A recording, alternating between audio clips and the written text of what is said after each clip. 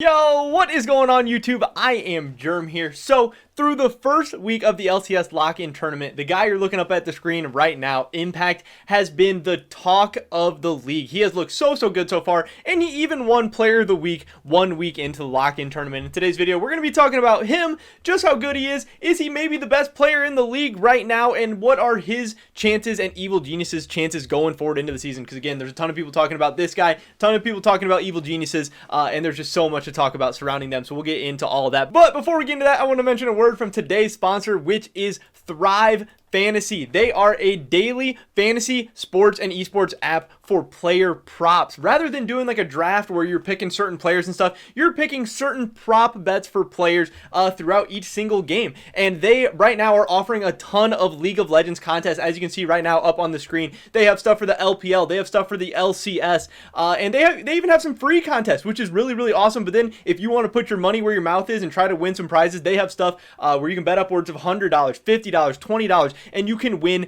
cash prizes. I wanted to take a look at one of the free games they are offering this upcoming weekend for the LCS lock-in tournament and give some of my picks. This is the Friday slate for Thrive Fantasy and what they're going to be offering as far as those. They're going Blabber over under 1.5 total kills. I'm going to have to go over there for Blabber against Dignitas. Aphromoo over under 4.5 total deaths. I'm not a huge fan of Aphromoo, but I think he's going to go under that. Closer 8.5 total assists. That seems like a huge number. I'm taking under there. I think that's going to be some easy points. So if you guys think this sounds cool, definitely go check it out. I'm going to have a link down in the description below, and use code GERM when you get signed up, and they'll match your deposit up to $50. I would appreciate it a ton. So would they. Shout out Thrive. With that being said, let's get right into today's video. Again, we're talking about Impact, because right now he is the man of the hour in the LCS. First up, I want to start by taking a look at this interview he had with Ashley Kang, which she does an amazing job with tons of content, and definitely check her out if you don't know about her. But this interview is in Korean, but they have some translations for us. She actually asked Impact about what he thinks about some of the other top laners in the league right now, and who he's really looking forward to facing against this year, and who maybe people should keep an eye out for. And I thought it was pretty interesting. So let's check out what he said.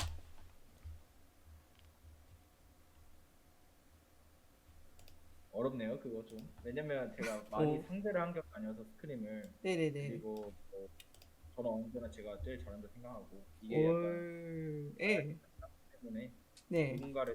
So, I mean, as you can see, I know the text maybe got covered up for a second, but as he said on the screen, it's a hard question for him to answer who you should be watching out for, because he thinks he's the guy you should be watching out for. He thinks he is the best top laner in the league. And coming into the season, there was some people who were telling me, they think Impact's going to be the best, but I think most people did not really have him atop their charts headed into the season. Some people said Impact for sure. He has a big fan base. He's an amazing player. He has an amazing track record. Some people were going with Alfari. Some people were going with Someday. Some people were going with Licorice. It was kind of split all over the place. But again, through 3 games so far, Impact is towards the top, and I love his confidence. In this interview, he also talks about how some people just want to collect a check and just kind of come and get paid and go about their business. And they're not trying to get better every day, but he talks about how he is trying to get better, and he is trying to win, and he is trying to find success with Evil Geniuses. Now, he is also getting paid. He's getting paid crazy amounts of money. We all know that, but man, through the first weekend of the lock-in tournament, he is earning that money so far. He has Evil Geniuses top the standings. They're looking great. But I did want to compare him to some other top laners and see how things are going so far. So we're back on goal.gg. Obviously, this is the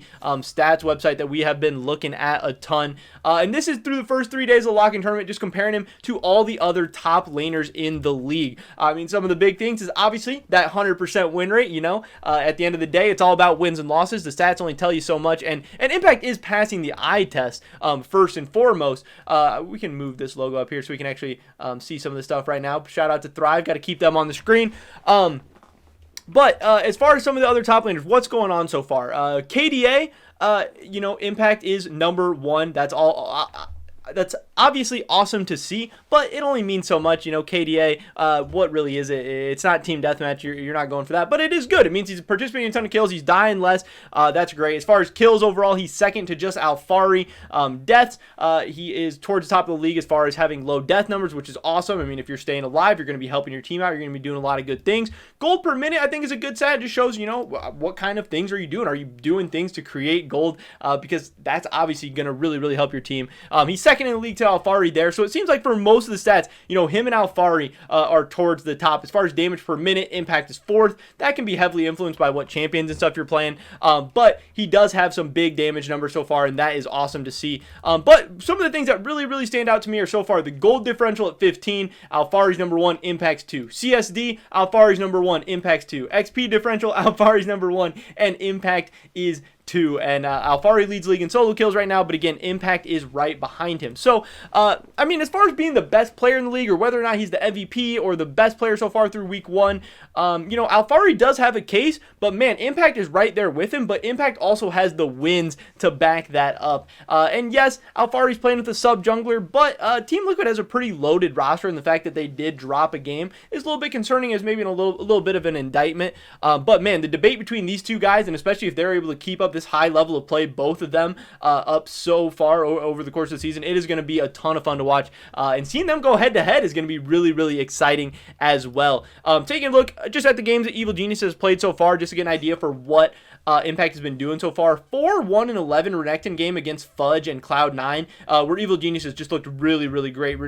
Impact was making so many plays in the Renekton. It's just a hard stomp against Fudge. He did get some help from the Graves early on, but he still played that out really well, and that was a very nice start to the season for them. And then up against Immortals, this was Revenge in the top lane, playing that Gragas top into Impact on that Renekton. Again, a 4-2-5 game. This is another very clean game from Impact on that Renekton against Immortals. Now again, Revenge is not the highest kind of touted top laner in the league or anything like that, but it's still good to see these consistent performances, because everyone has an off game. Everybody lays an egg every once in a while. And the first game against Fudge came up.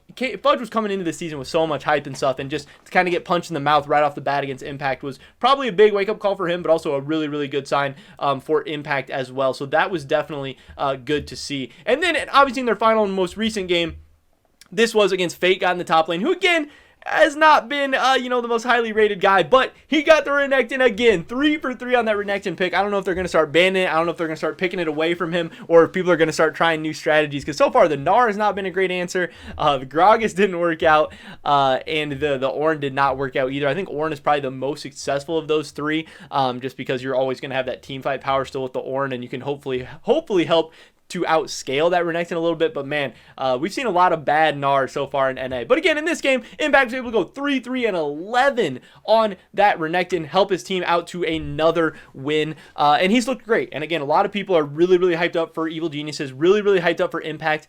But one question I want to ask at this point is, man, look at this group. Cloud9, obviously we expect it to be a good team. I guess we can go to the standings real quick. I think I have the standings pulled up. Yep, we can go to the standings real quick. Again, Cloud9 sitting at 2nd in the group. A lot of people expected them to be a great team, but some people expected them to be a little bit better than they've shown so far. And yes, Evil Geniuses did beat them, but it was in the first game where Cloud9 didn't look terrible, but they didn't look great. They've kind of ramped up since then, and we'll see how these teams ramp up the rest of the slate. But again, the other teams, Immortals, starting mini sub players and Revenge in the top lane, Dignitas, kind of one of the lower ranked teams in the league. And yes, FlyQuest, who is the last team Evil Geniuses still has to play, that'll be good to see Impact go up against Licorice, because historically Licorice has been a pretty good player.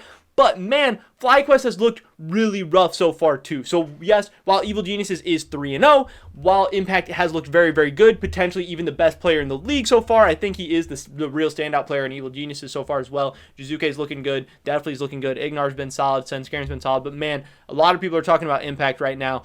I think their group is pretty weak, so I am very interested to see how Evil Geniuses is able to close out the week against, or close out the group stage against FlyQuest. If FlyQuest is able to bounce back at all, look any better, because they're going to have Jose Dioto back next week. They're also going to have another week of just practice and experience to learn from week 1. They're a very young, inexperienced team. So if Evil Geniuses is able to close the group out cleanly, strongly, go 4-0, that'll be really big for them.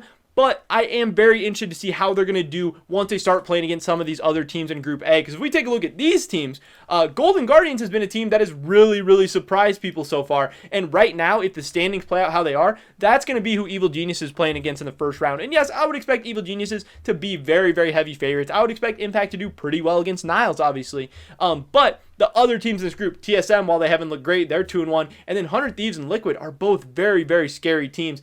So I think Evil Geniuses did have a lot of benefit of a pretty weak group and pretty weak top laners overall in that group so far. But I also think that they have definitely surprised me and surprised a lot of other people, and Impact's level of play has really surprised us as well too, because he looked good on Liquid last year, but I never really considered him for a potential MVP candidate. But now all of a sudden, if Evil Geniuses is able to keep this level of play into the LCS season, yes, it's only 3 games, but they've looked very, very solid through 3 games. And if Impact can get this Evil Geniuses to like a world spot, or even if they finish second in the LCS and Impact is the best player on that team carrying them, he would have to be in the MVP conversation all of a sudden, especially because Perkz hasn't had the hottest start to this, and he was kind of the preseason favorite for the MVP. I mean, right now, if I was taking a look at the overall MVP from everything that we've seen so far, I don't know if really any one particular player stands out on 100 Thieves. They've looked good as a team, but I wouldn't really say they have an MVP at this point. I think CoreJJ has looked amazing. I think Alphari has looked great. And then I think Impact is right there with them as well. I don't know if I would go with Impact necessarily right now, because again, I think Alphari has been just as good, if not better, than him in the top lane so far, and I think CoreJJ is still showing that he is as good, if not better, than every single other player in the LCS. But I do think it is at least interesting that this, I feel, is a fair conversation to have at this point. Yes, I know people are going to say don't overreact, just a preseason tournament, and yeah, I get it, but again, this is all we've seen so far, and I'm not trying to say Impact is going to win MVP or he's going to be the best player, but so far from what we've seen, I think we were kind of underrating how important he's going to be to this Evil Geniuses team, because again, there's a ton of top laners switching teams all over the course of the season, and people knew that Impact was going to be a big pickup for Evil Geniuses, but maybe he's even going to be even better than we thought. While yes, Team Liquid seems like they have a very, very solid replacement in Alphari, and you can debate which one of those guys you'd rather have, Impact has looked great so far, and I'm really, really excited to see how Evil Genius is able to close out the rest of the tournament. I do expect them to start to regress a little bit. Again, I don't think, I'm not going to say they're better than Liquid, especially because Liquid hasn't even got Santorin yet. I think Evil Geniuses against 100 Thieves would be a very, very interesting matchup, but I mean, I do believe that Evil Geniuses can definitely play with Cloud9 and are probably even a better team than TSM at this point, which I don't think many people had coming into the season, and so far it's mostly on the back of Impact up in the top lane. It will be interesting to see how he does on a non-Renekton champion, how big his champion pool is, what he's able to do, how high of a level he's able to keep with some other champions and stuff like that. But so far so good for Impact and Renekton in the top lane. So far so good for Evil Geniuses, and the fans got to be excited about that. But that is pretty much it for this video today, guys. Definitely drop a like if you enjoyed it. Leave a comment down below. What do you think about Evil Geniuses? What do you think about Impact? Do you think he's a potential MVP candidate, or do you think him and Evil Geniuses are going to cool off as the year plays out? I'd love to hear your guys' thoughts and opinions on anything we talked about in today's video. Subscribe to stay up to date on the latest content. Remember to check out Thrive. That link's going to be in the description below, and it's going to be the pinned comment on this video. Hopefully I catch you guys in the next one. But until then, peace!